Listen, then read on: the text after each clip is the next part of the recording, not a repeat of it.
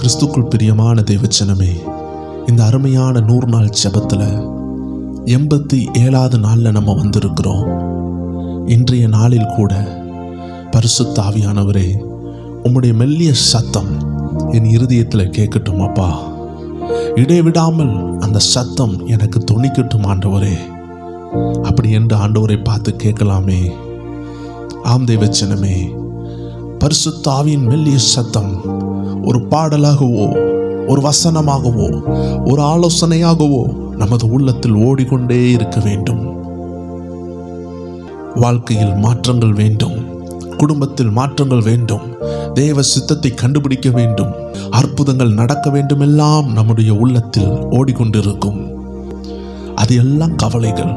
உங்கள் இருதயத்தில் அற்புதம் எப்படி நடக்கும், எப்படி என் வாழ்க்கை மாறும் என்ற கவலை ஓடுறதை காட்டிலும் ஆண்டவருடைய சத்தம் ஓடும் பொழுது அந்த கவலைகளை மாற்றக்கூடிய ஔஷதமாய் அது மாறுகிறது. இன்னைக்கு உங்கள் உள்ளத்தில் எது ஓடிக்கொண்டிருக்கிறது? பயம் ஓடிக்கொண்டிருக்கிறதா? ஐயோ அற்புதம் நடக்காதா, ஐயோ மாற்றங்கள் நடக்காதா என்று பயம் வருகிறதா? இந்த 100 நாள் ஜெபத்தின் கடைசி பகுதியில் வந்திருக்கிறோம். ஆம் தேவச்சனமே, இதுதான் முடிவு என்று நினைக்க வேண்டாம். இதுதான் உங்கள் ஆரம்பம். என்னைக்கு 100 நாள் ஜெபம் முடியுதோ அன்னைக்கு உங்க ஆரம்பம், அநேகருடைய ஆரம்பம், அநேகர் சில சிறையிருப்பிலிருந்து வெளியே வருகிற ஆரம்பம். பரிசுத்த ஆவியானவர் இத்தனை நாட்களாக உங்களோட பேசி உங்களை ஒரு குறிப்பிட்ட நோக்கத்திற்காக ஆமென் சாணை தீட்டுகிறது போல உங்களை கூர்மையான ஆயுதமாய் தீட்டி ஏதோ ஒரு இடத்திலிருந்து ஏதோ ஒரு லெவலுக்கு கொண்டு வந்திருக்கிறார். ஒரு திட்டம் இல்லாமல் அவர் செய்யவில்லை. உங்கள் இருதயத்தில் பயமோ சோர்வோ ஓடுகிறதுக்கு இடம் கொடுக்காதீர்கள். தன் சொந்த பிள்ளையை பலி கொடுக்க போகிறார் ஆபிரகாம். அவருடைய உள்ளத்தில் பயம் ஆட்கொண்டிருந்தால் தேவனுக்காக அவர் நின்று இருக்க முடியாது. அவர் உள்ளத்தில் விசுவாசம் ஆட்கொண்டது. அதனால்தான் அவர் விசுவாசத்தின் தகப்பன். விசுவாசிகளே, அருமையான தேவ ஜனமே, நமக்கு ஒரு ஆவிக்குரிய தகப்பன் இருக்கிறது போல ஆமென் விசுவாசத்திற்கே தகப்பனாக கர்த்தரால் நியமிக்கப்பட்டவர் ஆபிரகாம். சொந்த பிள்ளையை பலி கொடு என்று ஆண்டவர் பரிசோதித்து பார்க்கும் பொழுது இந்த மனிதன் சோர்ந்து போகவே இல்லை. ஆம் தேவ ஜனமே, நமக்குள்ள வசனம் ஓடும் என்றால், பரிசுத்த ஆவியின் வார்த்தை ஓடும் என்றால், தேவனால் சொல்லப்பட்ட வார்த்தை ஓடும் என்றால், நிச்சயமாக நான் உங்களை பார்த்து சொல்லுகிறேன், உங்கள் இருதயத்தை அவ்வாறாக நீங்க இடம் கொடுப்பீர்கள் என்றால் அற்புதத்தின் மேல் அற்புதத்தை பார்ப்பீர்கள். ஒரு சிறிய எளிய சீக்கிரட்டை சொல்லுகிறேன் தேவச்சனமே, உங்க இருதயம் துதித்து கொண்டு இருந்தாலே போதும், உங்க இருதயத்தில் சோத்திரம் இருந்து கொண்டே இருந்தாலே போதும்.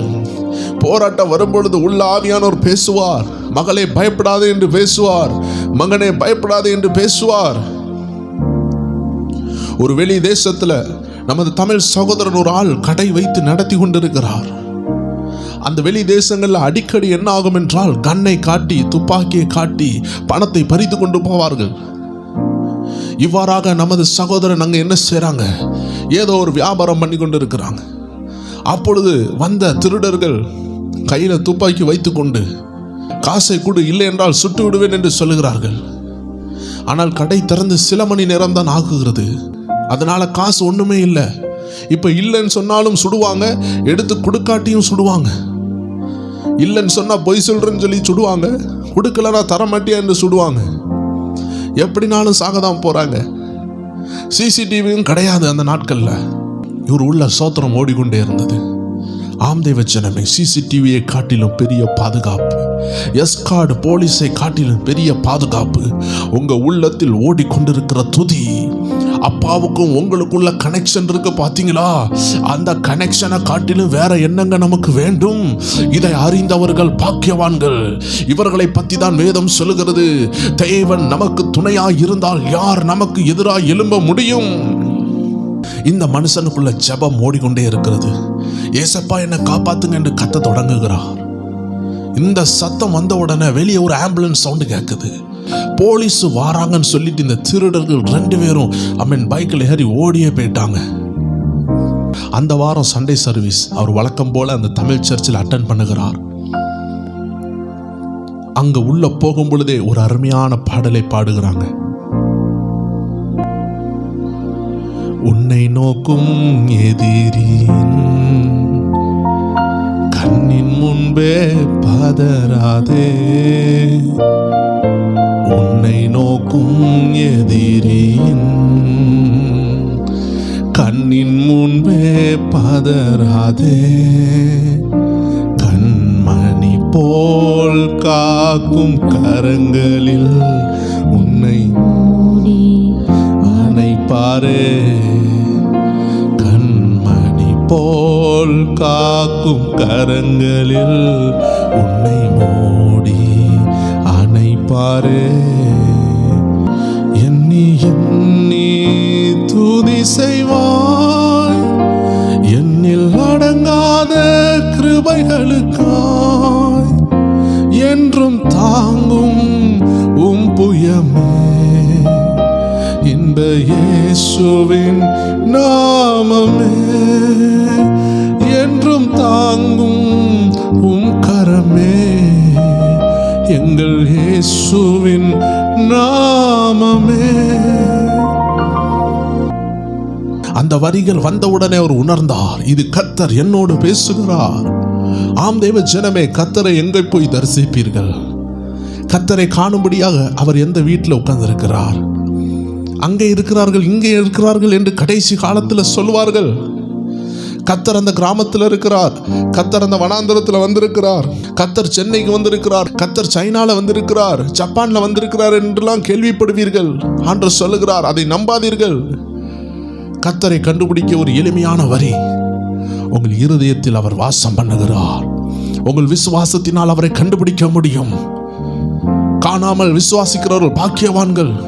அந்த சகோதரன் உணர்ந்தார், இந்த வரி என்னை நோக்கி வருகிறது. இன்னைக்கு நான் சிதறி இருப்பேன், துப்பாக்கி குண்டுக்கு நான் பலியா இருந்திருப்பேனே, என்னை காப்பாத்தின ஒரு கரம் இருந்ததே. ஆவியானவர் இன்னைக்கு சொல்லுகிற ஒரு ரகசியம் இதுதான் தேவ ஜனமே. நீங்க ஐசியூல இருந்தாலும் சரி, போராட்டத்தில் இருந்தாலும் சரி, உணவு இருந்தாலும் சரி, இல்லாவிட்டாலும் சரி, அப்பாவோட உள்ள கனெக்ஷனை விட்டுறாதீங்க. அந்த கனெக்ஷன் உங்களை கொண்டு போய் விடும், புழுதியில் இருந்து பெரியவன் ஆக்கும், சிறியவனை உயர்த்தி பிரபுக்களோடு அமர பண்ணும். நிச்சயமாய் அவர் உங்களை கைவிடவே மாட்டார். இந்த கனெக்ஷனை மட்டும் விடாம பாருங்க. 1000 தீர்க்க தரிசனம் இருக்கலாம் தேவ ஜனமே, உங்க உள்ளத்தில் உள்ள கனெக்ஷனை விட்டுட்டீங்கன்னா, உள்ளத்துல கவலை ஓட தொடங்கிட்டுனா, உள்ளத்துல சமாதானத்தை இழந்துட்டீங்கன்னா தேவனால் அற்புதம் செய்ய முடியாது. பாருங்க தேவ ஜனமே, பேதுரு சந்தேகத்தினால் நிரம்புகிறார். கடல் மேல நடந்து வந்தார். ஆனால் புயலை பார்க்கும் பொழுது, காற்றை பார்க்கும் பொழுது அவருடைய லெவல் குறையுது. கடல்ல நடக்க முடியாம உள்ள போகிறார். அப்படி என்றால் என்ன தேவ ஜனமே, உங்க உள்ளத்துல அவிசுவாசம் வரும் பொழுது, சந்தேகம் வரும் பொழுது, பயம் வரும் பொழுது, முறுமுறுப்பு வரும் பொழுது, கவலை வரும் பொழுது, இவை எல்லாம் ஒரே இருதயம் என்ற வாசல் வழியாக நுழைகிறது. நீங்கள் வாசலை காத்துக்கொள்ளுங்கள். வேதம் சொல்லுகிறது, எல்லா காவலோடு உன் இருதயத்தை காத்துக்கொள் என்று சொல்லுகிறது. அந்த இருதயத்தின் காவலாளி நீங்கள் தான். உங்கள் இருதயத்துக்குள்ள ஏதோ ஒரு பயம், கவலை போனால் அதற்குள்ள பிரதிபலன் உண்டு. 30 வயசுல பிரஷர், சுகர் ஏன் வருகிறது? தேவையில்லாத பயம், மன அழுத்தம், பிசாசின் ஆவிகள் உள்ள வருகிறது. ஆண்டவர் சொல்லுகிறார், பிசாசுக்கு எதிர்த்து நில்லுங்கள். எப்படி நிற்க முடியும்? உங்கள் இருதயத்துக்குள்ள நுழையணும் என்று வருகிற அந்த காரங்களை நீங்கள் தடுத்தாலே போதும். எவ்வளவு பெரிய தீர்க்கதரிசி உங்களை பார்த்து பேசினாலும் நீங்கள் உங்கள் இருதயத்தை காத்துக்கொள்ளாவிட்டால், அந்த தேவ மனிதன் பேசுகிற 5 நிமிஷம் சந்தோஷமா இருப்பீங்க, இல்ல அந்த 1 மணிக்கு ஒரு செய்தியை கேட்கும் பொழுது சந்தோஷமா இருப்பீங்க. அது முடிந்த பிறகு உங்கள் இருதயத்துக்குள்ள பயமாளுக செய்ய ஆரம்பித்தால் கர்த்தருடைய நன்மைகள் இழக்கப்படலாம். ஆம் தேவ ஜனமே, உங்கள் இருதயத்தை காத்துக்கொள்ளுங்கள். இப்பொழுது நான் பேசிக்கொண்டிருக்கிற இந்த வேளையில் உங்கள் கடன் பாரம் உங்கள் இருதயத்தில் ஓடிக்கொண்டிருக்கிறதா? பயம் ஓடிக்கொண்டிருக்கிறதா? கோபம் ஓடிக்கொண்டிருக்கிறதா? எரிச்சல் ஓடிக்கொண்டிருக்கிறதா? எது ஓடிக்கொண்டிருக்குதுன்னு பாருங்கள். சிம்பிளா சொன்னா, உலகம் ஓடுகிறதா, இல்ல கர்த்தருடைய ஆவியானவர் உள்ள ஜீவன் நீரூட்டாய் ஓடிக்கொண்டிருக்கிறாரா? ரெண்டுக்கும் இடம் கொடுக்க உங்களால் முடியும். ஆவியானவர் சொல்லுகிறார், எனக்கு இடம் கொடு. அந்த கவலைக்கு இடம் கொடுக்காத, அந்த பயத்துக்கு இடம் கொடுக்காத, கவலையை மாத்துகிற எனக்கு இடம் கொடு. Give me opportunity, give me a chance. நான் உன்னை ஆளுகை செய்யட்டும். எத்தனை பேர் சொல்றீங்க தேவ ஜனமே, அப்பா நீங்க என்ன மறைப்பீரா ஆண்டவரே, நீர் என்ன கைவிடுவீராப்பா, உண்மை நான் நம்புகிறேன் சொல்லுகிற தேவ ஜனங்கள் எல்லாரும் உள்ளத்தில் ஆழத்தில் இருந்து அப்பாவை நோக்கி சொல்லுங்களேன். என்னை மறவா இயேசுநாதா, உந்தன் தயவால் என்னை நடத்தும். என்னை மறவா இயேசுநாதா, உந்தன் தயவால் என்னை நடத்தும். வல்ல ஜீவ வாக்கு தத்தங்கள் வரைந்தனக்காய்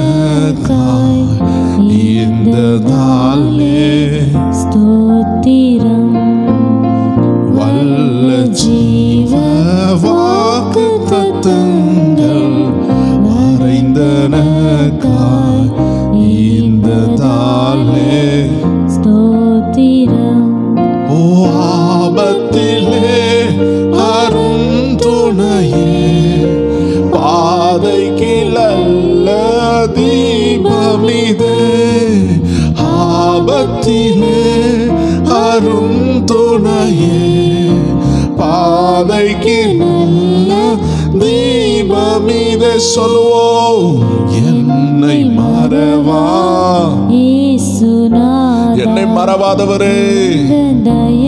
ஓ தேங்க்யூ ஹோலி ஸ்பிரிட். எத்தனை பேர் சொல்றீங்க என்னை மறவா இயேசுநாதா, உந்தன் தயவால் என்னை நடத்தும். பயப்படாதே வலக்கரத்தாலே பாதுகாப்பேன் என்றதாலே. ஸ்தோத்திரம். பயப்படாதே வலக்கரத்தாலே பாதுகாப்பே என்றதாலே. ஸ்தோத்திரம். ஓ பாசமென் மேல் நீர் வைத்ததினால் பறிக்க இயலாதவரும் என்னை. பாசமென் மேல் நீர் வைத்ததினால் சொல்லுங்களேன். பறிக்க இயலாதவரும் என்னை. என்னை மறவா இயேசுநாதா, உந்தன் தயவால் என்னை நடத்தும். ஆமென். என்னை மறவா எத்தனை பேர் உள்ளத்தின் ஆழத்துல இருந்து அப்பாவை பார்த்து சொல்றீங்க, இயேசுநாதா, அப்பா என்னை மறவாதவரே என்னை நடத்தும். தாய் தன் சேயை மறந்து விட்டாலும் மறவேன் உன்னை என்றதாலே. ஸ்தோத்திரம். எத்தனை பேர் விசுவாசத்தோடு சொல்றீங்க, அப்பா உங்களை மறக்க மாட்டா. சாத்தான் போய் சொல்லுகிறா. அந்த கான்ஸ்டன்ட் ஃபைட்ல ஏசப்பாவுக்காக நீங்க நிப்பீங்களா? வரைந்தீரன்றோ உம் உள்ளங்கையில் வல்லவா எந்தன் புகலிடமே. வரைந்தீரன்றோ ஓ வல்லவா எந்தன் புகலிடமே. என்னை மறவா. Thank you Holy Spirit. நம்மளை நினைவு கூறுகிறவர் மறப்பாரா? மறக்க மாட்டார். தேவ ஜனமே, ஏற்ற நேரத்துல வருவா. அவருக்காக வைராக்கியம் பாராட்டி இருக்கிறீங்களா? உங்களுக்காக வைராக்கியம் பாராட்டுவார். அவர் உங்களை திக்கற்றவர்களாய் விடமாட்டார். யோவான் 11:1 சொல்லுகிறார், நான் உங்களை திக்கற்றவர்களாய் விடுவதில்லை, நான் திரும்பியும் வருவேன் என்று சொன்னாரே. தேவன் இந்த தேசத்தை அழிக்க வேண்டும் என்று நினைக்கும் பொழுது இறங்கி வந்து நீதிமான் உண்டா என்று பார்க்க வந்தார். ஆபிரகாம் திறப்பில் நின்று பேசினார். ஆண்டவரே, ஒரு 40 இல்லை என்றால் ஒரு 30 இல்லை ஒரு 20 இல்லை ஒரு 10 நீதிமான் இருந்தாலாவது அந்த தேசத்தை அழிக்காதிரும் என்று ஆபிரகாம் கெஞ்சினார். திறப்பில் நின்றார். கர்த்தர் சத்தத்தை கேட்டார். ஆனால் அங்க நீதிமானே இல்ல. ஒரே ஒரு லோத்து மட்டும்தான் இருந்தாரு. லோத்தை மாற்றிவிட்டு அந்த தேசத்தை அழித்தார். அதே போல தேவ ஜனமே, நோவாவுடைய காலத்தில் பாருங்கள், ஆண்டவர் சகல தேசத்தையும் அழிக்கிறார். அந்த நேரத்தில் நினைவு கூர்ந்த அருமையான ஒரு பேழையை வைக்கிறார். அந்த பேழையில 8 பேரை வைக்கிறார். விருப்பமுள்ள எல்லாரும் வாங்க என்று கூப்பிட்டார், யாரும் வரவில்லை. They were neglecting the invitation of God. கர்த்தர் எல்லாரையும் அழைத்தார், யாரும் வரவில்லை. மழை பெய்து பெருவெள்ளம் வந்த பொழுது கதவை திறங்க என்று சொன்னாங்கள். கர்த்தர் வாய்ப்பு கொடுக்கும் பொழுது வராததினால், அந்த வாசல் பூட்டப்பட்டதினால் யாராலையும் வர முடியாமல் போனது. பாருங்களேன், மிருகங்கள் கூட உள்ள வந்தது. நம்ம ஆண்டு எவ்வளவு நினைவு கூர்ந்தார் பாருங்க. பறவைகளை எல்லாம் உள்ள கொண்டு போனார், மிருகங்களை எல்லாம் உள்ள கொண்டு போனார். மீன்களை மட்டும் கொண்டு போகவில்லை, ஏனென்றால் தண்ணீரில் மீன் வாழும். அதனால எவ்வளவு போராட்டம் வந்தாலும் மீனை பற்றி அவர் கவலைப்படவில்லை. ஆனால் பறவைகள் எங்க ஒதுங்கும்? வானத்திலிருந்து மழை இடைவிடாமல் பெய்யும் பொழுது, மரங்கள் எல்லாம் தண்ணீரில் மூழ்கும் பொழுது, இந்த பறவைகள் எங்க போகும் என்று ஆண்டவர் அருமையாக பறவைகளை எல்லாம் மிருகங்களை எல்லாம் அந்த அருமையான பேழைக்குள் கொண்டு வந்தாரே. இன்னைக்கு ஆண்டவர் சொல்லுகிறார், நோவா காலத்தில் ஒரு பேழை இருந்தது போல நம்முடைய காலத்தில் கிறிஸ்து என்ற பேழை இருக்கிறது. இந்த பேழைக்குள் வாருங்கள், ஆண்டவரை நம்புங்கள், சந்தேகத்துக்கு இடம் கூடாதீர்கள், உலக காரியங்கள்ல பயந்து போகாதீர்கள், சோதனை வரும்பொழுது பயந்து போகாதீர்கள், பேழைக்குள் ஓடி வாருங்கள் என்று கர்த்தருடைய கிருபையின் வாசல் திறந்திருக்கிறது. இன்னைக்கு நீங்க எல்லாம் ஓடி வந்திருக்கிறீங்க. ஆண்டவர் உங்களை நினைவு கூர்ந்ததுனால தான் இன்னைக்கு அந்த கிருபையின் வாசலுக்குள்ள இருக்கிறீங்க. ஆனால் சத்துருனுடைய போய் என் ஆண்டவர் என்னை மறந்து விட்டார்.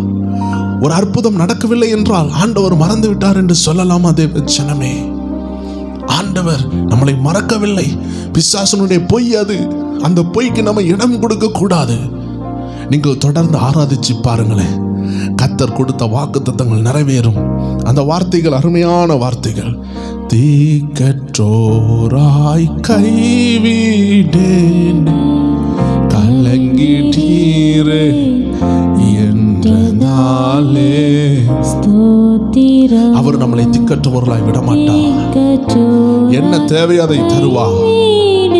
தேவையான யாவையும் தந்து ஆசீர்வதிப்பார் என்றதாலே. எல்லாரும் சேர்ந்து இந்த வரிகளை சொல்லுவோம். நீரறியா யாதும் நேரினா என் தலை முடியும் எண்ணினீரே. நீரறியா யாதும் நேரினா என் தலை முடியும் எண்ணினீரே. ஆம் தேவ ஜனமே, இந்த வரி பிறந்ததுக்கே ஒரு நோக்கம் உண்டு தேவ ஜனமே. அருமையான தாயார் சாரால் நவ்ரோஜின் சொல்லுகிறவங்க ஒரு காட்டு பகுதியில் உட்கார்ந்து ஜெபித்துக் கொண்டு இருக்கிறாங்க. அவர்கள் ஜெபித்துக் கொண்டிருக்கும் பொழுது உஸ் உஸ் என்று பாம்பினுடைய சர்ப்பத்தினுடைய சத்தம் கேட்கிறது. இவர்கள் கண்ணை திறந்து பார்த்தால் அங்க ஒரு சர்ப்பம் இருக்கிறது. அந்த சர்ப்பம் கொத்தினால் மறிக்க வேண்டியதுதான். ஆனா உள்ளத்தில் உள்ள கனெக்ஷன், அதனாலதான் நான் சொன்னேன், உள்ள இருக்கிற கனெக்ஷன். எஸ்காடை காட்டிலும் பூனை படையை காட்டிலும் என்ன படை இருந்தாலும் இந்த உலகத்தில் உள்ள எப்பேற்பட்ட படையை காட்டிலும் 7 மடங்கு அக்கினி ஜுவாலையில வந்து எந்த படையாலையும் காப்பாற்ற முடியாது. என் அப்பாவால மட்டும்தான் காப்பாற்ற முடியும். சிங்க கவிக்குள்ளாடி என் அப்பாவை தவிர யாரால் காப்பாற்ற முடியும்? செங்கடலை பிளக்க எந்த இராணுவத்தால் முடியும்? நாம் கர்த்தர் செய்வதை போல யாரால் செய்ய முடியும்? கல்லறையை பிளந்து எழும்பின ஆண்டவர், கடலின் மேல் நடந்தவர், ஏன் நமக்கு உதவி செய்ய மாட்டார்? அருமையான சாரால் நவ்ரோஜமா துதித்துக் கொண்டிருக்கும் பொழுது சர்ப்பம் அவர்களுக்கு முன்னாடி நின்னது. உடனே உள்ளத்தில் இருந்து ஒரு பாட்டு வருது. நீரறியா யாதும் நேரினா என் தலை முடியும் எண்ணினீரே. நீரறியா யாதும் நேரினா என் தலை முடியும் எண்ணினீரே. சொல்லுங்க. என்னை மறவா இயேசுநாதா, உந்தன் தயவால் என்னை நடத்தும். என்னை மறவா இயேசுநாதா, உந்தன் தயவால் என்னை நடத்தும். உள்ள இருந்து வந்த பாட்டை பாடி முடிக்கிறாங்க. அந்த சர்ப்பம் அங்கே செத்து கிடக்குது. ஆம் தேவ ஜனமே, நான் சாட்சியா இருக்கிறேன். என்னுடைய வாழ்க்கையிலையும் என்னை கொத்தலாம், என்னுடைய ஊழியத்தை முடிக்கலாம் என்று வந்த சர்ப்பத்தை கர்த்தர் அடித்து கொன்னார். நான் கண்ணால பார்த்திருக்கிறேன். ஒரு காயம் இல்லாம, ரத்தம் இல்லாம, யாரும் அடிக்காமல் எப்படி செத்து போகும்? அதேதான் இந்த தாயார் நமக்கு முன்னாடி ஓடினார்களே, தேவனுடைய ராஜ்யத்திற்காக நின்னார்களே, எப்படி அவர்களை மட்டும் சேதப்படுத்தவில்லை? காரணம் உள்ள கனெக்ஷன். உங்களுக்கு ஒரு போலீஸ் தெரியும், எஸ்ஐ தெரியும், டிஎஸ்பி தெரியும், அதெல்லாம் இல்லை. எனக்கு கர்த்தரை தெரியும் என்று எத்தனை பேரால சொல்ல முடியும்? ஆம் தேவச்சனமே, அவ்வளவு அருமையான ஆண்டவர். ஒரு அருமையான ஊழியர் வண்டி ஓட்டிக்கொண்டு வேகமாக செல்லுகிறார். ஊழியத்தை முடித்து திரும்பி வருகிற பாதை கடந்து செல்லும் பொழுதும் வேகமாக தான் சென்றிருக்கிறார், வரும் பொழுதும் வேகமாக தான் வருகிறார். ஏனென்றால் ரொம்ப தூரம், அதனால வேகமாக வந்தால் தான் அடுத்தடுத்த ஊழியங்களை செய்ய முடியும். எப்பொழுதுமே அந்த காரனுடைய ஃப்ரண்ட் சைடில் உள்ள லெஃப்ட் சீட்டில் ஏசப்பா உட்காருங்க என்று சொல்லுவாராம். ஒவ்வொரு நாளும் வீட்டிலிருந்து வெளியே ஊழியத்திற்கு வரும் பொழுது, ஆண்டவரே நம்ம செல்வோமா என்று கேட்பாராம். இப்படி ஒவ்வொரு முறையும் பல லட்ச கிலோமீட்டர்ஸ் ஓட்டி ஆண்டவருடைய ஊழியத்தை செய்த அந்த தேவ மனிதன் ஒவ்வொரு இரவும் வண்டியை ஓட்டும் பொழுது தூக்கம் அதிகமாக வரும். அப்படி ஒரு குறிப்பிட்ட நாளில் வண்டி வேகமாக வந்து கொண்டிருக்கும் பொழுது இவர் லிட்டரலா தூங்கிவிட்டார். கண்ணை மூடி நல்லா தூங்கிவிட்டார். ஆம் தேவச்சனமே, நாம் தூங்கினாலும் நம் அருமை இரட்சகர் தூங்குவது இல்லை. அவர் அந்த காரனுடைய சீட்டில் இருக்கிற பிரகாரமாக ஒவ்வொரு நாளும் கர்த்தரோடு அந்த காரில் இருக்கிற ஆண்டவரோடு பேசிக்கொண்டே போவார். இது அவருடைய தனிப்பட்ட விசுவாசம். என் அப்பா என் காருக்குள்ள உட்கார்ந்து இருக்கிறார் என்ற ஒரு அபிர்விதமான விசுவாசம். எந்த விசுவாசத்தையும் கனம் பண்ண ஆண்டு வல்லமை உள்ளவராக இருக்கிறார். பாருங்களேன், வண்டி ஒரு குறிப்பிட்ட இடத்தில் போய் 50 அடி உயரத்தில் இருந்து கீழே விழ வேண்டிய ஒரு குறிப்பிட்ட இடம் வரும் பொழுது வண்டி ஓட்டி கொண்டிருந்த அவருடைய காலில் யாரோ பட்டார்னு ஓங்கி அடித்திருக்கிறாங்க. அடித்தா அந்த வலி தாங்காம கண்ணை திறந்து பார்த்தா வண்டி அப்படியே 50 அடி உயரத்தில் கீழே பாயறதுக்கு போகும்பொழுது அப்படியே திருப்பி கொண்டு போகிறார். நடந்த சம்பவம் அதான் அந்த அருமையான வரி, நீரறியா யாதும் நேரிடா என் தலை முடியும் எண்ணி நீரே, நீரறியா யாதும் நேரிடா என் தலை முடியும். ஆம் தேவச்சனமே, அவர் வீடு வந்து சேருகிறார். வீடு வந்து சேர்ந்து போய் தூங்குகிறார். அடுத்த நாள் காலையில் எழும்புகிறார். சர்வீஸ். அவரால் நிற்கவே முடியலை. யாக்கோபை போல கிந்தி நின்றார். 2 நாட்கள் காலம் மடக்கவே முடியலை. ஆம் தேவச்சனமே, அந்த காருக்குள்ள அவரை அடித்த நபர் யார்? யாரும் இல்லாத காரில் அவர் நித்திரையா இருக்கும் பொழுது அவரை உணர்த்தி எழுப்பினது யார்? நமது ஆண்டவராகிய இயேசு கிறிஸ்து அல்லவா? ஜீவனை பாதுகாக்கிறவர், நம்மை காத்து கொண்டு இருக்கிறவர். ஆம் தேவச்சனமே, உங்க உள்ள இருக்கிற அந்த பயத்தை தூக்கி வீசுங்கள். அது உங்களை காயப்படுத்தி கொண்டிருக்கிறது. பயம் என்பது உடைக்கப்பட்ட நொறுக்கப்பட்ட கண்ணாடி துண்டுகள் போல, அது உங்கள் கால்களை பதம் பார்த்துவிடும், கால்களை கிழித்துவிடும். உங்கள் இருதயமாகிய அறையில உடைக்கப்பட்ட கண்ணாடி துண்டுகள் போல பயம் இன்னைக்கு இருக்கிறதா? சோர்வு என்ற 8 காலி வலைகளைப் போல ஆமென், உங்கள் இருதயம் வலைகளினால் நிரம்பி இருக்கிறதா? பாருங்கள், இந்த 8 காலி என்ன செய்யும் என்றால், அந்த ஸ்பைடர் வெயிட் பண்ணிக்கிட்டே இருக்கும். ஏதாவது ஒரு பறக்கக்கூடிய சின்ன பூச்சிகளோ வந்தால் அதை அப்படியே கட்டிவிடும். அப்படியே தன்னுடைய அன்பான கைகளால் அதை பிடித்து தடவி கொடுக்கிறது போல 8 கால்களை வைத்து பிடித்திருக்கும். கொஞ்ச நேரத்தில் அந்த எறும்பை சுற்றிலும் இல்லை என்றால் அந்த பூச்சை சுற்றிலும் ஒரு வலையை கட்டும். கொஞ்ச நேரம் ஆன பிறகு கட்டி வைத்து அந்த எறும்பை சாப்பிட்டு அதனுடைய ரத்தத்தெல்லாம் குடித்துட்டு அப்படியே அது கொன்று அந்த 8 காலி அந்த எறும்பை சாகிற நிலைமையில விட்டுவிடும். அதனால்தான் தேவச்சனமே, அநேக 8 காலி வலைகளை பாருங்கள். அந்த ஸ்பைடர் கோப்ஸில் நீங்கள் பார்க்கும் பொழுது அநேக சின்ன சின்ன எறும்புகள், ஈச்சிகள்லாம் அதில் இருக்கும். ஏனென்றால் அதெல்லாம் பிம்பங்கள் தான், அதெல்லாம் உருவங்கள் தான். உள்ள அதனுடைய சதைகள், அதனுடைய எல்லாவற்றையும் அந்த 8 காலி தின்னி விடுகிறது. எத்தனை பேர் இந்த சோர்வு என்ற வலையில் சிக்கி இருக்கிறீங்க? உங்க இருதயம் சோர்ந்து போய் இருக்கிறதா? ஆம் தேவச்சனமே, இந்த 100 நாள் ஜெபத்துல பெரிய ட்ரீட்மெண்டே. உங்க இருதயம் சோர்வுல சிக்கக்கூடாது, சந்தேகத்துல சிக்கக்கூடாது, பயத்துல சிக்கக்கூடாது, அவிசுவாசத்துல சிக்கக்கூடாது. ஆம் தேவச்சனமே, இப்படிலாம் உங்கள் இருதயம் பல விஷயங்கள்ல சிக்கி கொண்டால், குத்தப்பட்டால் உங்கள் இருதயம் காயப்படும். அங்க ஆவியானவருக்கு இடம் இருக்காது. பெயர் மட்டும்தான் கிறிஸ்தவன், பெயர் மட்டும்தான் கிறிஸ்தவலா இருக்கும். உங்கள் இருதயத்தை பலப்படுத்த எத்தனை பேர் ஆயத்தப்படுகிறீங்க? எத்தனை பேர் கர்த்தரை நம்ப ஆயத்தப்படுகிறீங்க? நான் சொல்லுகிற இந்த நம்பிக்கை என்பது சாதாரண ஒரு கிறிஸ்தவனுடைய நம்பிக்கை அல்ல, அபிர்விதமான நம்பிக்கை. எந்த போராட்டத்திலையும் அப்பாவை நம்புகிற ஒரு நம்பிக்கையை பற்றி நான் பேசுகிறேன். 24 மணிக்கூறும் யாரும் உங்களை என்கரேஜ் பண்ணாட்டியும், யாரும் உங்களை உற்சாகப்படுத்தாட்டியும், நீங்க ஆவியானோர் கூட நடக்கிற ஒரு வாழ்க்கையை பற்றி பேசுகிறேன். எத்தனை தேவ ஜனங்கள் அதற்கு ஆயத்தமா இருக்கிறீங்க? அப்படிப்பட்ட ஒவ்வொரு தேவ ஜனங்களும் அப்படியே தொடர்ந்து ஒரு 2 வரி பாடுவோமா? உன்னை தொடுவோன் என் கண்மணியை தொடுவதாக உரைத்ததாலே சோத்திரம். உன்னை தொடுவோன் என் கண்மணியை தொடுவதாக உரைத்ததாலே ஸ்தோத்திரம். அக்கினியின் மதிலாக அன்பரை என்னை காத்திடுமே. அக்கினியின் மதிலாக அன்பரை என்னை காத்திடுமே.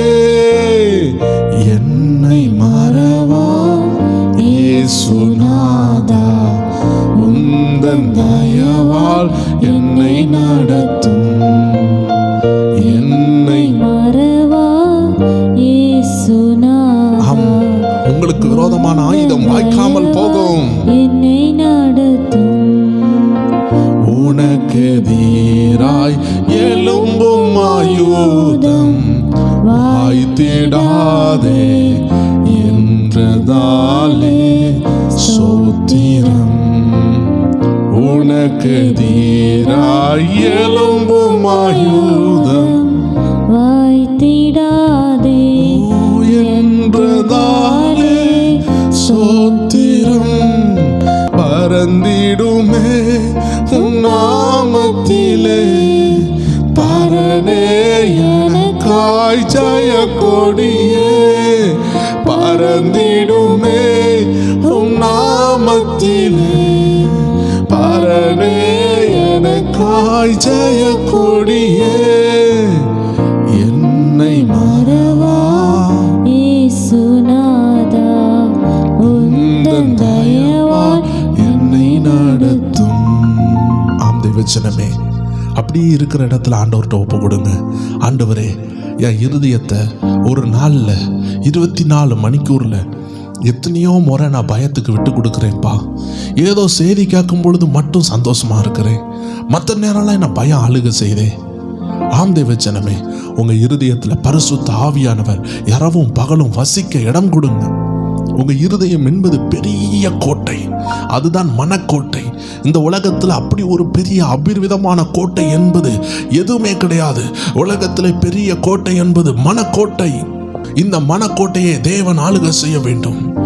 ஹிட்லர் இந்த மனிதனுக்குள்ள இந்த மனக்கோட்டையை சத்ரு ஆளுகை செய்ய ஆரம்பித்தான். ஆம் தேவ ஜனமே, இன்னைக்கு கர்த்தருடைய கையில உங்க இருதயத்தை ஒப்பு கொடுங்க. இந்த குட்டி மனசை இது சாதாரண விஷயம் என்று நினைத்து விடாதீர்கள். உங்க குட்டி மனசு தான் பெரிய மனக்கோட்டையா இருக்குது. இதுதான் அநேகரை தற்கொலை பண்ண வைத்தது. இதுதான் அநேகரை பாவம் செய்ய வைத்தது. இதுதான் இன்னைக்கு அநேகரை தேவையில்லாத விஷயங்கள்ல மாட்ட வைத்து, கடன் போராட்டங்கள்ல மாட்ட வைத்திருக்கிறது. ஆண்டவருடைய சித்தம் இல்லாமல் பிசினஸ் ஆரம்பிக்க சத்ரு ஏவன பொழுது பிசினஸை தொடங்கினார்கள். இன்னைக்கு கடன். கர்த்தருடைய ஆலோசனை இல்லாமல் எந்த விஷயத்தை செய்தாலும் அதுல போராட்டம் வரும். ஆபிரகாம் ஒரு பிள்ளைக்காக வெயிட் பண்ணி கொண்டிருந்தான். ஆனால் ஆபிரகாம் மனைவியினுடைய சத்தத்தை கேட்டு இன்னொரு திருமண வாழ்க்கையில் பிரவேசித்த பொழுது அந்த ஆகாரினால் குடும்பத்தில் குழப்பம் வந்தது. இன்னைக்கு கடன் போராட்டத்தில் இருக்கிறதுக்கு ஒரு முக்கிய காரணம் நமது இருதயத்தை நாம் காத்துக்கொள்ளாமல் போனதுதான். இல்லை என்றால் நம்முடைய குடும்பத்தில் யாரோ ஒரு நபர் அந்த இருதயமாகிய கோட்டையை காப்பாற்றாமல், பாதுகாக்காமல், காத்துக்கொள்ளாமல் போனதுனால்தான் இன்னைக்கு சில போராட்டத்தில் நம்ம இருக்கிறோம். ஆண்டவருடைய வார்த்தை ஏன் தெரியுமா வருகிறது? இனியும் உங்களுக்கு பெரிய கேடுகள் வராதபடி. வருகிற நாட்களில் சத்துருவானவன் பயத்தை கொண்டு வரும் பொழுது, சோர்வை கொண்டு வரும் பொழுது உங்கள் இருதயத்தை நீங்கள் விட்டு கொடுக்காதபடி ஆண்டவர் உங்களை பார்த்து பேசுகிறார். இப்பொழுது இவ்வளவு பிரச்சனையில இருக்கிறீர்களே, இதற்கு காரணமும் அந்த பயம்தான், இதற்கு காரணம் அந்த போராட்டம் தான், விசுவாசத்தை இழக்க பண்ணுகிற அந்த சோர்வு தான். ஆனால் இப்பொழுது ஆண்டவர் ஒரு வாய்ப்பு தருகிறார். எல்லாரும் ஆண்டவர்கிட்ட ஒப்பு கொடுப்போமா? ஆண்டவரே, என் இருதயத்தை ஒப்பு கொடுக்கிறேன்ப்பா, இனி அந்த பயத்துக்கு நான் விட்டு கொடுக்க மாட்டேன், இனி உங்க வாக்குத்தத்தத்தை தான் நான் எடுத்து சொல்லுவேன். பாருங்களேன், ஆதாம் செய்த தவறை பாருங்கள், சிம்சோன் செய்த தவறை பாருங்கள், தாவீது செய்த தவறை பாருங்கள், ஆபிரகாம் செய்த தவறை பாருங்கள். இன்னைக்கு நாமும் அவர்களை பார்த்து தப்பித்துக் கொள்ள கர்த்தர் நமக்கு உதவி செய்கிறார். அவர்களைப் போல விழுந்துவிடக் கூடாது என்று கர்த்தர் நமக்கு ஒரு எடுத்துக்காட்டா வைத்திருக்கிறார். ஏவாள் அந்த பழத்தை சாப்பிடுங்க என்று ஆதாமை பார்த்து சொல்லும் பொழுது, ஆதாம் மட்டும் கர்த்தருடைய வார்த்தைக்கு கீழ்ப்படிந்து, கர்த்தர் நம்மிடத்தில் என்ன சொன்னார், நம்மை சிருஷ்டித்தவர் என்ன சொன்னார், அந்த சர்ப்பம் பேசுகிறதை கேட்க கூடாது அல்லவா, கர்த்தர் சொல்லுகிறது தானே கேட்க வேண்டும் என்று சொல்லி இருந்தால் ஏவாள் தப்பித்திருந்திருப்பாள். ஒருவேளை ஆபிரகாம் கொஞ்சம் ஸ்ட்ராங்கா இருந்து, சாராளே கொஞ்சம் பொறுமையா இரு, ஒருவேளை கர்த்தர் சொல்லுகிறத மீறி நான் இன்னொரு திருமணம் பண்ணால் அந்த பெண்ணினால் உனக்கு போராட்டம் வரும் என்று ஆவியில் உணர்ந்து அதை கண்டுபிடித்திருந்தால் அந்த போராட்டம் நின்னிருக்கும். இன்னைக்கு அநேக ஆவிக்குரியவர்கள் இருதயத்தில் வசனம் ஓடாததினால் தான், தேவனுடைய சமாதானம் இல்லாததினால் தான் உலக ஆலோசனைக்கு இடம் கொடுத்து போராட்டங்களில் உட்கார்ந்திருக்கிறார்கள். இன்னைக்கு ஆண்டவர் உங்களை பார்த்து பேசுகிறார். ஆண்டவரே, இனிமே இப்படி ஒரு போராட்டம் எனக்கு வேண்டாம். ஒவ்வொரு நாளும் நம்முடைய வயது கடந்து சென்று கொண்டே இருக்கிறது, இனியும் பயப்பட வேண்டாம் என்று சொல்லுகிறார். 100 நாள் ஜெபம் முடியும், அநேகருடைய ஒவ்வொரு நாளும் கூடிக்கொண்டே போகும், உங்களுடைய வயதும் கூடிக்கொண்டு போகும். ஆண்டவர் சொல்லுகிறார், இனியும் பயப்படாதே, எது முடிந்தாலும் நான் உன்னோடு இருக்கிறேன். ஒவ்வொரு கிறிஸ்துமஸ் முடிகிறது, ஒவ்வொரு நியூ இயர் வருகிறது, ஒவ்வொரு பிறந்த நாள் வருகிறது, ஒவ்வொரு திருமண நாள் வருகிறது. பயந்து பயந்து பயந்து பயந்து எத்தனை வருடம் வாழுவீர்கள்? எதை கண்டு பயப்படாதீர்கள் என்று ஆவியானவர் சொல்லுகிறார். உலகத்தில் வரும் போகும், நண்பர்கள் வருவார்கள் போவார்கள், உற்றார்கள் வருவார்கள் போவார்கள், நல்ல நாள் வரும் போகும், நல்லது நடக்கும் கெட்டது வரலாம், நல்லது நடக்கும் அது வரும் போகும். ஆனால் ஆண்டவர் சொல்லுகிறார், என்றும் உன் கூடவே இருக்கிறேன், உன்னுடைய மரண பரியந்தம் நான் உன்னை நடத்துவேன், உனக்கு நரமயிர் வரும் பொழுது நான் நடத்துவேன். நீ அழகா இருக்கும் பொழுது உன் கூட அநேகர் இருப்பாங்க, நீ காசுள்ளவனா இருக்கும் பொழுது உன் கூட அநேகர் இருப்பாங்க. உனக்கு கண்ணு தெரியாமல் வயதாகும் பொழுது, உனக்கு பலவீனங்கள் வரும் பொழுது அநேகர் உன்னை விட்டு போவார்கள். உன் பொருளாதாரம் அழியும் பொழுது, லாஸ் ஆகும் பொழுது அநேகர் உன்னை விட்டு போவார்கள். அது வரைக்கும் சார் மேடம்னு கூப்பிட்டவங்க, என்னப்பா உனக்கு அறிவே இல்லையான்னு பேசுவாங்க. உங்க முன்னாடி உங்களை நிந்தித்து பேசுவாங்க. பணத்தை மதிக்கும் உலகம், அழகை மதிக்கும் உலகம், படிப்பை மதிக்கும் உலகம், இருதயத்தை மதிக்க தெரியாத உலகம். ஆனால் நம் அருமை இரட்சகர் 2 காசு போட்ட விதவையை பார்த்தா அழகை பார்க்கவில்லை, படிப்பை பார்க்கவில்லை, பணத்தை பார்க்கவில்லை, இருதயத்தை பார்க்கிறவர். அதனால் தான் சாமுவேல் தீர்க்கதரிசி அவன் குட்டி தாவீதை அபிஷேகிக்க போகும் பொழுது ஆண்டவர் சொன்னார், மகனே, நீ முகத்தை பார்க்காதே, இருதயத்தை பார். ஏனென்றால் மனிதர்கள் பார்க்கிற பிரகாரமாய் நான் பார்ப்பதில்லை, மனிதனோ முகத்தை பார்க்கிறான், நானோ இருதயத்தை பார்க்கிறேன். எத்தனை தேவ ஜனங்கள் இந்த இருதயத்தை இனிமேல் அப்பா கையில் ஒப்பு கொடுப்பீங்க? பயப்பட வேண்டாம், எதை குறித்தும் பயப்படாதீங்க. கல்யாணம் நடக்காமல் பேருமோ, பேபி இல்லாமல் பேருமோ, வீடு கட்ட முடியாமல் போய்விடுமோ, கடன் கட்ட முடியாமல் போய்விடுமோ, ஆண்டவர் சொல்றார், ஐ am your guarantee, don't fear about anything, don't give place for doubt. ஆண்டவர் சொல்லுகிறார், நானே உன் கேரண்டியா இருக்கிறேன், பயப்படாதே, நான் உன்னை நடத்துவேன். உன்னால முடியலைன்னா உன் குடும்பத்தில் உள்ள நபரால் நான் செய்வேன், உன்னால முடியலைன்னா உன் பிள்ளையால் செய்வேன். அநேகர் குத்துகிற வார்த்தை உன் இருதயத்துக்கு வராமல் அதை காத்துக்கொள்.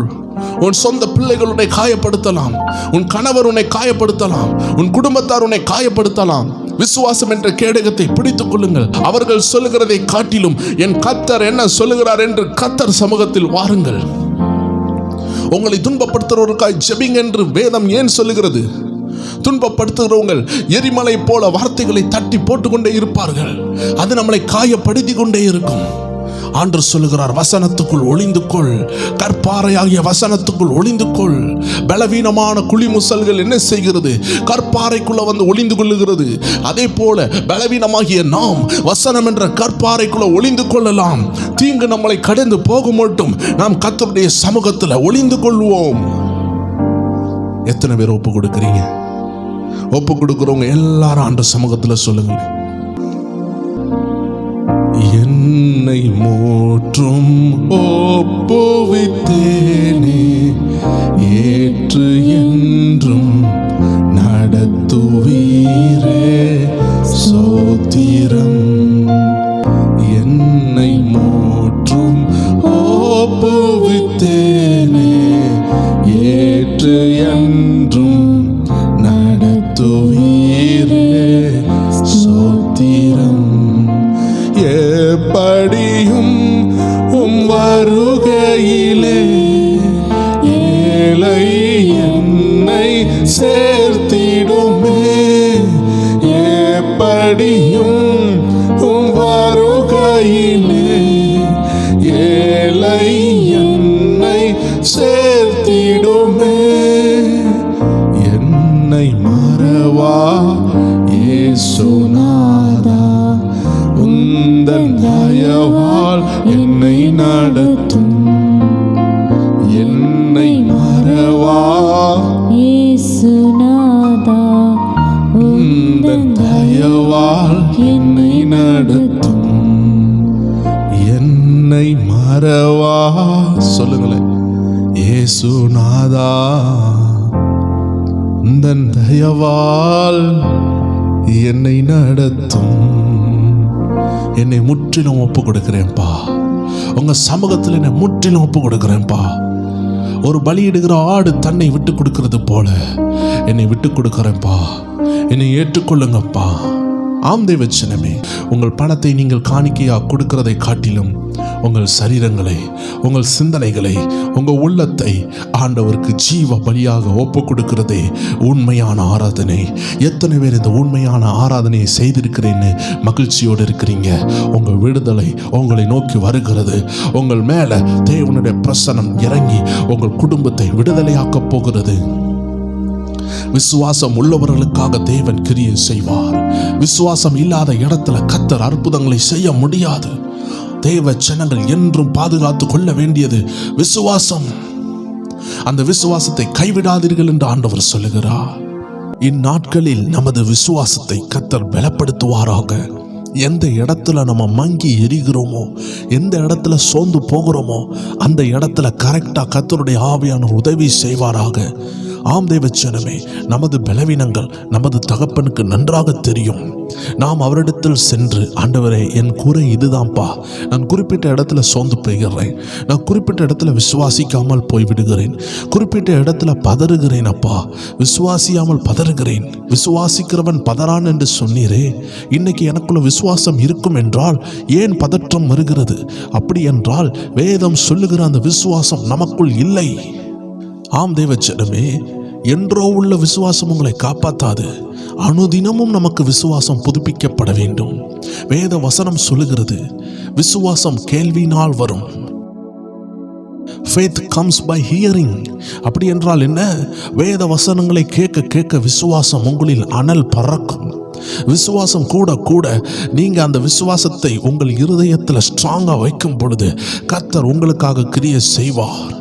வேத வசனங்களினால் உண்டாகுகிற விசுவாசத்தை பற்றி தான் ஆவியானோர் பலமாக வலியுறுத்துகிறார். விசுவாசம் கேள்வியினால் வரும், கேள்வி வேத வசனங்களினால் வரும். தேவனுடைய வார்த்தையினால் கேள்வி வரும். நீங்கள் எப்படி கேள்விப்படுகிறீர்கள்? வேத வசனங்கள் மூலமாக வேத வார்த்தைகள் உங்கள் காதுகளில் துணிக்கும் பொழுது உங்கள் இருதயத்தில் விசுவாசம் பெருகுகிறது. விசுவாசத்தை பெருக பண்ணுகிற எளிமையான ஒரு முறை வேத வசனங்களை கேட்கிறது தான், சாட்சிகளை கேட்கிறது தான். சாட்சிகளை கேட்கிறது மட்டுமல்ல, வேத வசனங்களை நமது இருதயத்துக்கு கொண்டு போய் கொண்டே இருக்க வேண்டும். ஆம் தேவ ஜனமே, சில குறிப்பிட்ட விடுதலைகளுக்கு நாம் இரவெல்லாம் கண் விழித்து ஜெபிக்க வேண்டியதாக இருக்கும். இரவெல்லாம் வசனத்தால் நம் இருதயத்தை நிரப்ப வேண்டியதாக இருக்கும். ஒருவேளை நம்ம அதெல்லாம் செய்யாமல் விட்டுட்டு ஆண்டவரே அற்புதம் செய்யும் என்று சொல்லும் பொழுது நமது இருதயத்தில் விசுவாசம் இல்லாமல் இருக்கும். அதனால்தான் பல நேரங்களில் ஆண்டவருடைய அற்புதங்கள் தடைபடுகிறது. ஆண்டவர் தம்முடைய ஜனத்தை நோக்கி போகிறார். அவர்கள் எல்லாரும் கேள்வி கேட்கிறார்கள். ஏசப்பாவை நம்பவில்லை. அவர் அந்த இடத்துல அற்புதம் செய்ய முடியவில்லை. ஏசப்பாவுடைய நன்மையை பார்க்க வேண்டும் என்றால் உங்களுக்கு தேவை இருக்கிறதோ இல்லையோ நீங்கள் விசுவாசித்துக் கொண்டே இருக்க வேண்டும். இன்னைக்கு பாருங்கள், அநேகருக்கு போராட்டம் வரும்பொழுது மட்டும்தான் ஆண்டவராகிய இயேசு தேவைப்படுகிறார். ஒரு நல்ல தேவ மனிதன் சொன்னார், ஏராளமான சத்ருவின் கட்டில் உள்ள மனிதர்களை தேவன் அந்த மனிதன் மூலமாக விடுதலை ஆக்கினார். அந்த மனிதன் சொல்லுகிறார், நான் நடக்கும் பொழுது என் இயேசு எனக்கு தேவையா இருக்கிறார். நான் தேங்க்யூ சொல்லிக்கொண்டே இருக்கிறேன். ஏசப்பாவுக்கு நன்றி சொல்லிக்கொண்டே இருக்கிறேன். 24 மணிக்கூர் நான் ஜெபித்து கொண்டே இருக்கிறேன். நான் ஒரு மணிக்கூர் தனியாக இருந்து ஜெபித்தேன் என்று அல்ல, 24 மணிக்கூறும் சோத்திரம் பண்ணுகிறதுக்கு கெப்பாசிட்டி உள்ள ஒரு ஆவியை கர்த்தர் எனக்கு தந்திருக்கிறார். ஆம் தேவ ஜனமே, கர்த்தர் அந்த மனிதனுக்கு மட்டுமல்ல பவுல் அப்போஸ்தலன் கொடுத்திருந்தார். பவுல் அப்போஸ்தலுக்கு மட்டுமல்ல, தேவனால் பிறந்த எல்லாராலையும் இரவும் பகலும் துதிக்க முடியும், ஜெபிக்க முடியும். ஏனென்றால் உங்கள் இருதயம் துதித்து கொண்டிருக்கும். உங்களுடைய சரீரம், உங்கள் சிந்தனை சில காரியங்களில் ஈடுபட்டாலும் உங்கள் இருதயம் துதித்து கொண்டே இருக்கும். இந்த அனுபவம் மறுபடி பிறந்தவர்களுக்கு மட்டுமே கிடைக்கும். அதனால்தான் அவர்கள் தூங்கி கொண்டிருப்பார்கள், ஆனாலும் உள்ளத்தில் ஒரு பாட்டு ஓடிக்கொண்டிருக்கும். அந்த பாட்டு தீர்க்க தரிசனமான பாடலாக இருக்கும். ஆராய்ச்சி பண்ணி பாருங்கள் தேவ ஜனமே, இந்த அனுபவத்தை பெற்றிருக்கிறீர்களா? இந்த அனுபவத்தை விட்டுவிடாதீர்கள்.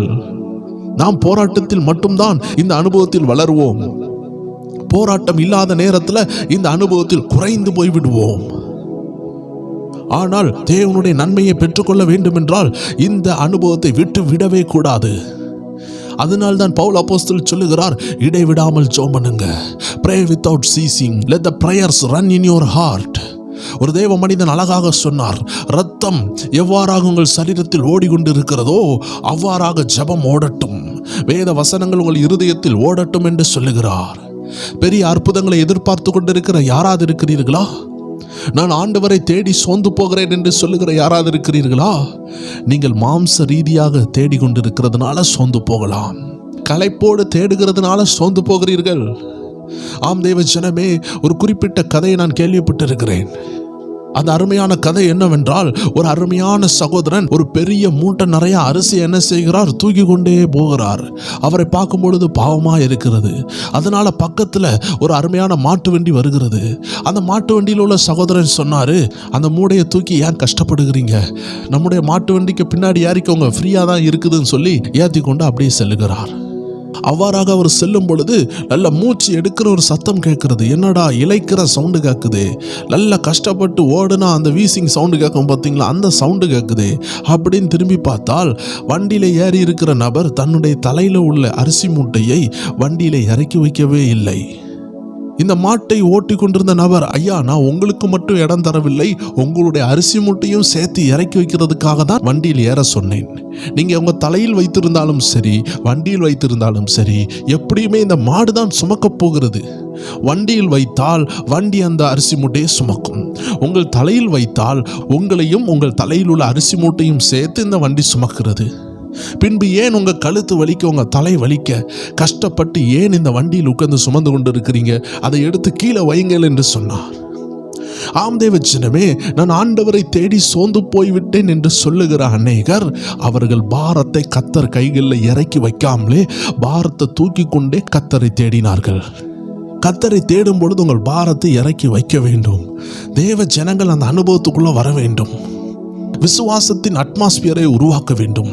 பாருங்கள், ஏசப்பாவால் அற்புதம் செய்ய முடியாமல் போனதுக்கு காரணம் விசுவாசம் உள்ள அட்மாஸ்பியர் அங்கே இல்லை. ஏசப்பாவுக்கு விசுவாசம் உள்ளவர்கள் மேலதான் அற்புதம் செய்ய முடியும். ஸோ விசுவாசம் கேள்வியினால் வருது, கேள்வி வேத வசனத்தினால் வருது. வேத வசனத்தை கேட்க கேட்க உங்க ஹார்ட்ல விசுவாசம் கூடுது. அந்த விசுவாசத்தினுடைய அளவு கூடணும். ஸோ அதனால காலையில் நான் விசுவாசமாக இருக்கிறேன், நைட்டு நான் சோர்ந்து போகிறேன். அப்படி ஒரு இம்பேலன்ஸ்டான ஒரு லைஃப் ஸ்டைலை நம்ம மாற்ற வேண்டும். எந்த சூழ்நிலையிலும் நம்மளுடைய விசுவாசத்தை நாம் இழந்து போகக்கூடாது. பாருங்க தேவ ஜனமே, 100 நாள் ஜெபத்தில் கர்த்தர் உங்களை அனலாக்கி கொண்டிருக்கிறார். உங்களை எதிர்பார்த்து அநேகர் இருப்பாங்க. ஜெபித்து கொண்டிருக்கிறாங்களே, விடுதலையை கொண்டு வருவாங்களே நிறைய பேர் இருப்பாங்க. அநேகர் உங்களை பார்த்து சவால் கூட விடுவாங்க.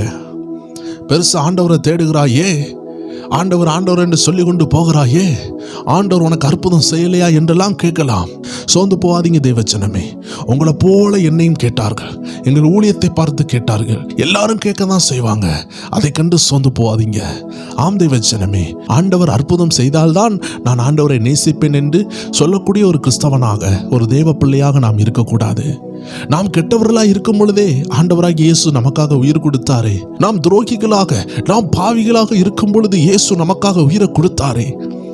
ஆனால் இயேசு இவ்வளவு நல்லவராக இருக்கிறார் என்று தெரிந்த பிறகும் நாம் அவரை நேசிக்க வேண்டாமா? ஏதோ ஒரு காரியத்தை அவர் செய்யவில்லை என்று நீங்கள் சோர்ந்து போகிறீர்கள் என்றால், அந்த ஆசீர்வாதத்துக்காக நம்ம ஆண்டவரை தேடுகிற ஒரு லெவல்ல நம்மளை சத்ரு ஐடென்டிஃபை பண்ணிடுவான். நமக்கு தேவைகள் இருக்கிறது, ஆண்டவரே எனக்கு தேவை இருக்குதுன்னு அப்பாட்ட சொல்றோம்.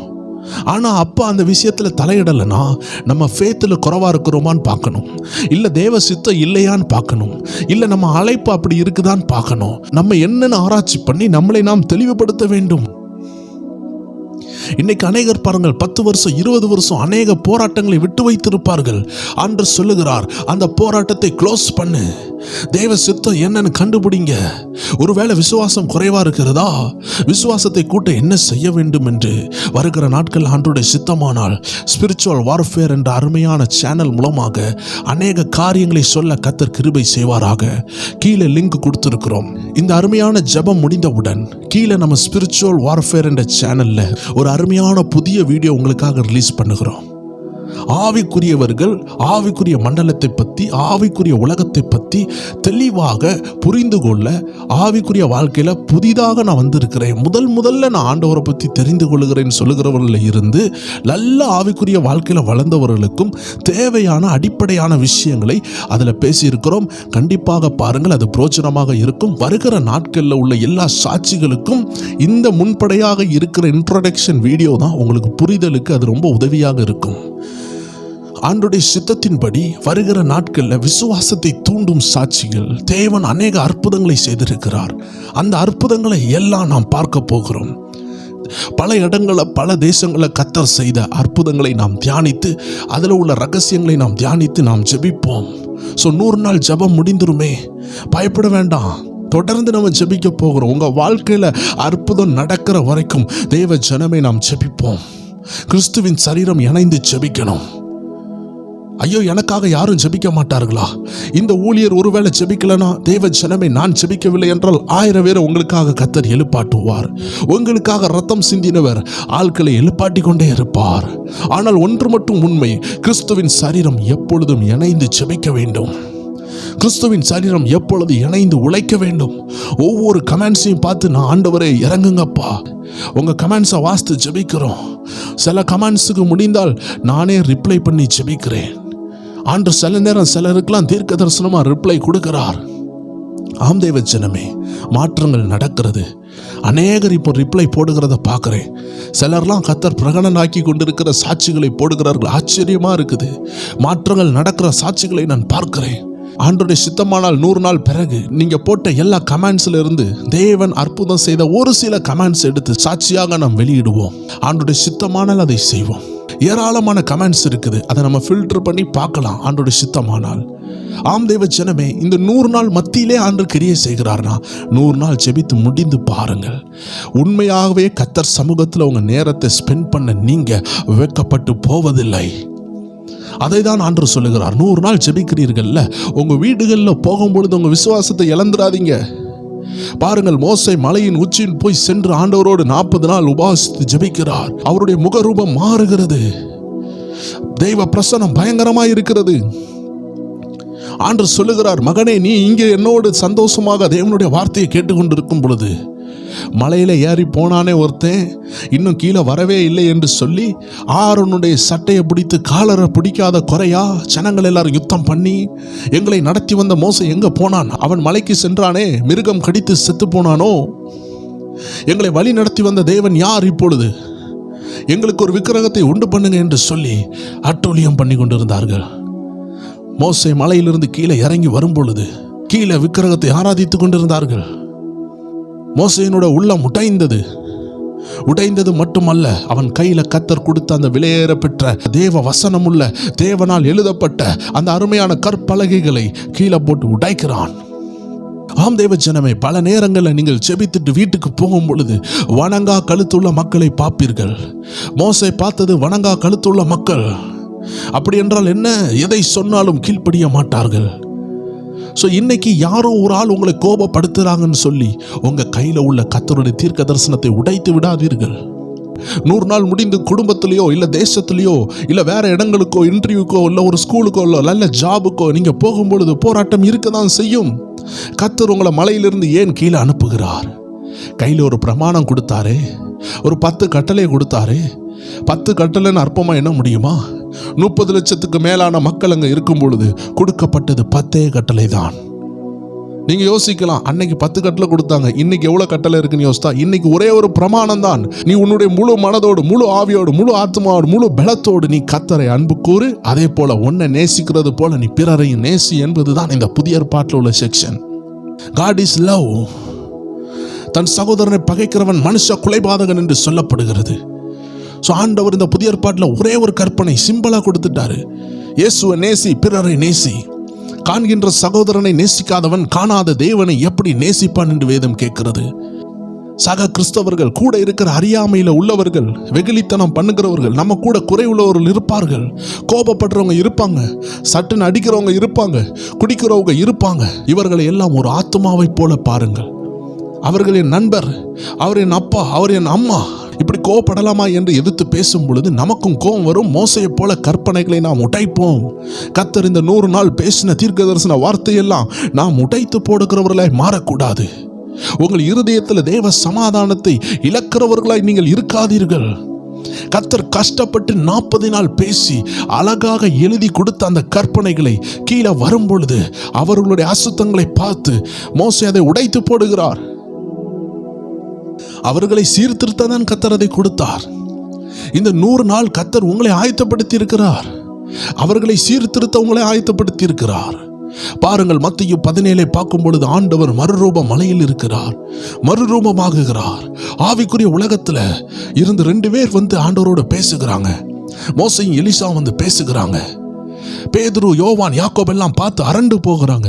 ஆனால் மலையிலிருந்து இறங்கி வரும்பொழுது சீசர்கள் ஒரு பிசாசை விரட்ட முடியாமல் இருக்கிறார்கள். இயேசு அதை விரட்டுகிறார்.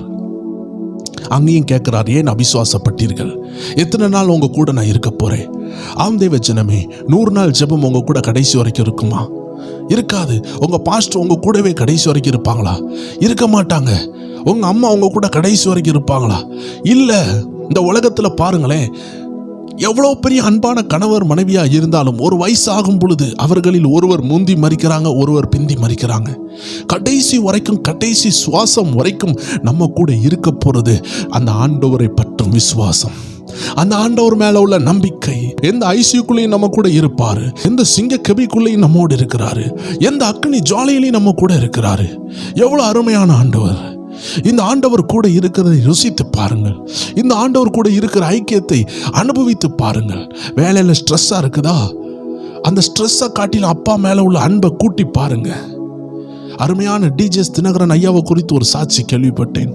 வேலைகள்ல ஏராளமான பிரஷர் இருக்குமா, நல்ல வஸ்திரங்கள் இல்லாம சில நேரம் போகுமா. வேலையில ஏராளமான பிரஷர் இருந்தாலும் அந்த பிரஷரோடு வீட்டுக்கு வந்து நைட்டு முழங்கால் போடுவாராம். ஒரு டீ கூட குடிக்காம நேராக போய் முட்டங்கால் போடுவாராம். முழங்கால் போட்டு ஆண்டவரை பார்க்க ஆரம்பிப்பாராம்.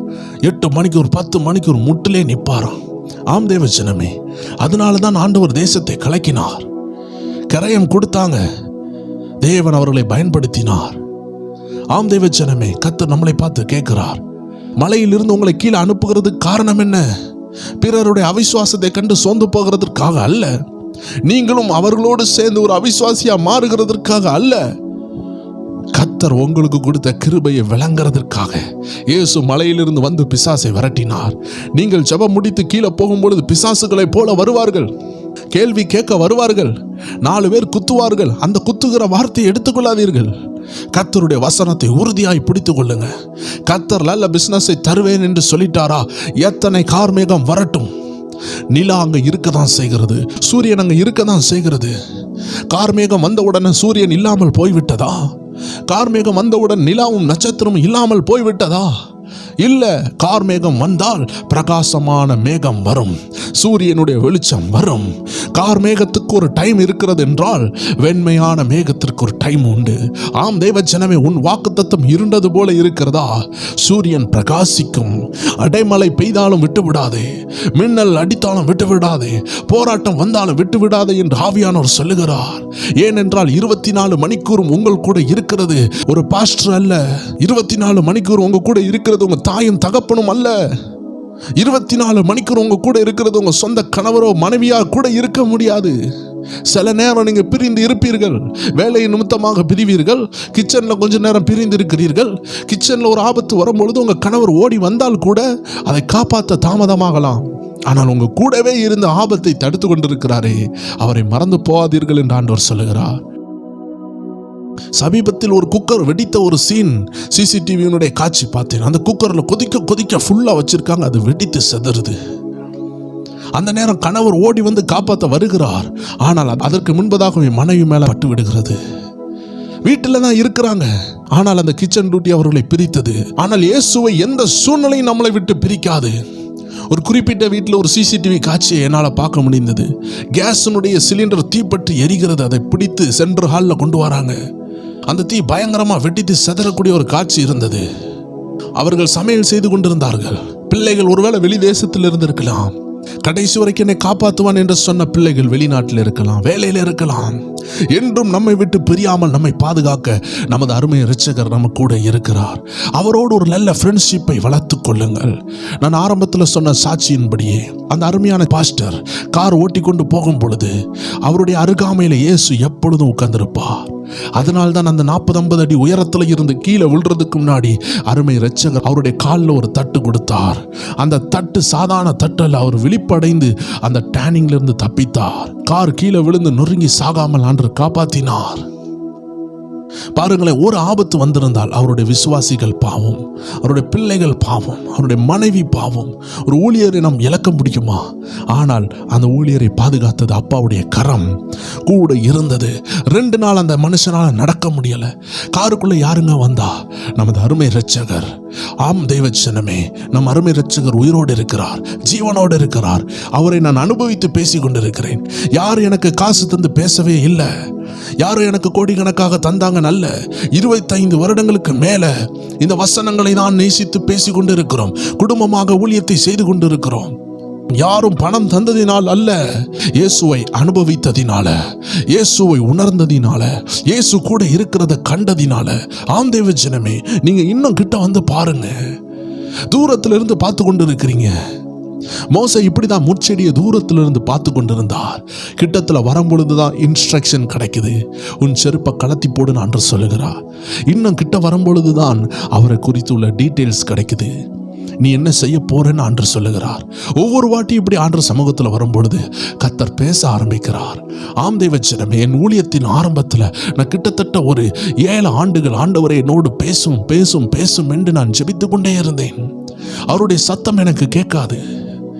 இயேசு பேசுகிறதை கண்டுபிடிக்க முடியாத ஒரு சூழ்நிலை இருந்தது. ஆம் தேவச்சனமே, அப்படியே ஆண்டவர்கிட்ட ஜெபித்து ஜெபித்து மலை உச்சியில் கொண்டு போனார். மலையில் ஏறுகிறது கஷ்டம்தான். ஒன்ஸ் ஏறிட்டீங்கன்னா ஆண்டவர் உங்கள்கிட்ட பேசிடுவார். ஆண்டவருடைய சத்தத்தை கேட்க ஆரம்பிச்சிருவீங்க. நமது அவிசுவாசம் தான் கர்த்தரை விட்டு நம்மளை பிரித்து கொண்டே இருக்கும். இன்னைக்கு ஆண்டவர் சொல்லுகிற ஒரே ஒரு காரியம், மலையில் இருந்து இறங்கி போகும் பொழுது அவர்களுக்கு ஔஷதமாக மருந்தாக தான் கர்த்தர் உங்களை கொண்டு போகிறார். அவர்களை கண்டு சோர்ந்து போகாதீர்கள். மலை என்றால் என்ன? ஜெபம். 100 நாள் ஜெபம் முடிந்து போகும் பொழுது மோசேயை போல வாக்குத்தத்தங்களை உடைத்து போட வேண்டாம் என்று ஆண்டவர் சொல்லுகிறார். ஆண்டவர் அற்புதங்களை செய்வார். பாருங்கள், வனாந்தரத்தில் இயேசு சோதிக்கப்பட்டு தேசத்துக்குள்ள போகும் பொழுது பிசாசு ஆண்டவரை விட்டு தூரம் போனான், தோத்து போனான். சில காலம் ஆண்டவரை விட்டு தூரம் போனான். ஆண்டவருடைய கீர்த்தி அங்குள்ள எல்லா இடங்களிலும் பரவிற்று. இன்னைக்கு ஆண்டவர் தீர்க்க தரிசனமா சொல்லுகிறார், இந்த ஜெபம் முடிந்து போகும் பொழுது உங்கள் கைகளினால் அற்புதம் நடக்கும். நீங்கள் பேசும் பொழுதே அற்புதம் நடக்கும். ஆவியானவர் உங்களை பயன்படுத்துவார், மகிமையாக பயன்படுத்துவார், மாற்றங்களை தருவார். நீங்கள் நினைக்காத மாற்றங்களை பார்ப்பீர்கள். இதை அனுபவித்து உங்களோடு பேசிக் கொண்டிருக்கிறேன். பல முறை 100 நாள் ஜெபம் பண்ணி ஆசீர்வாதத்தை பெற்று அந்த நன்மை பிறருக்கும் வரட்டுமே என்று ஆவியானவருடைய உதவியோடு ஏவுதலோடு உங்களோடு பேசிக் கொண்டிருக்கிறேன். கர்த்தர் தாமே உங்களை ஆசீர்வதிப்பாராக. தேவச்சனமே, தொடர்ந்து ஜெபத்திலும் உபவாசத்திலும் ஆண்டவருடைய சித்தத்தின்படி ஆண்டவர் எப்படி நடத்துகிறாரோ இந்த நாட்களில் ஆயத்தப்படுங்க. இனி உள்ள நாட்கள் உங்கள் விசுவாசத்தை நீங்கள் பெற்றுக்கொண்ட அபிஷேகத்தை இழந்து போகக்கூடாது என்றுதான் ஆண்டவர் ரொம்ப கவனமாக இருக்கிறார். கையில வாக்குத்தத்தங்களை பெறுகிறது பெருசல்ல, விசுவாச எனர்ஜியை பெறுகிறது பெருசல்ல. மலையை பெயர்க்கிற விசுவாசம் உள்ள வந்திருக்கும், கட்டுகளை உடைக்கிற அபிஷேகம் உள்ள வந்திருக்கும், ஆனந்த தைலம் உள்ள வந்திருக்கும், அன்பு உள்ள வந்திருக்கும். ஆனால் ஒரு ஊசி ஒரு பலூன்ல குத்துறது போல, ஒரு முள் ஒரு டயர்ல குத்தி பஞ்சராக்குறது போல சத்துருவானவன் உங்களை பஞ்சராக்க விடாதீர்கள். நீங்கள் வீட்டுக்கு போகும் பொழுது, பல இடங்களுக்கு போகும் பொழுது நிந்தைகள் வரும், கேள்வி வரும். இருதயத்தை காத்துக்கொள்ளுங்கள், மறந்து போகாதீர்கள். எல்லா காவலோடு உங்கள் இருதயத்தை காத்துக்கொள்ளுங்கள். அதில் இருந்து ஜீவ ஊற்று புறப்படும். மரண வார்த்தைகள் யாராவது பேசுகிறாங்களா? உனக்கு பிள்ளையே பிறக்காது என்று சொல்லுகிறாங்களா? உனக்கு திருமணமே ஆகாதுன்னு சொல்லுகிறாங்களா? அந்த மரண வார்த்தையை நம்ப வேண்டாம். உங்க உள்ளத்திலிருந்து ஜீவனை கிளப்பி விடுங்க. ஜீவ ஊற்று பொங்கி வரட்டும். அந்த ஜீவ ஊற்று அவர்கள் பேசின அந்த மரண வார்த்தையை அழித்து கர்த்தருடைய திட்டத்தை உங்கள் மேல் கொண்டு வரும். கண்டிப்பாக விசுவாசத்தில் இருங்க, ஜெபத்தில் பலப்படுங்க. கர்த்தர் உங்களை ஆசீர்வதிப்பார். கர்த்தருடைய நாமம் மட்டும் மகிமை பெறட்டும். கீழே உள்ள ஸ்பிரிச்சுவல் வார்ஃபேர் என்ற லிங்கை கிளிக் பண்ணி இன்னைக்கு ஆண்டவர் கொடுக்குற அருமையான அந்த வீடியோவை வாட்ச் பண்ணுங்க. ஆண்டருடைய சித்தத்தின்படி ஒரு நல்ல ஒரு அவுட்லைனை, ஆவிக்குரிய பிள்ளைகள் அறிய வேண்டிய சில அவுட்லைன்களை அந்த வீடியோவில் கொடுத்துருக்குறோம். கிளிக் பண்ணி பாருங்க. God bless you. மீண்டும் நாளைக்கு சந்திக்கலாம்.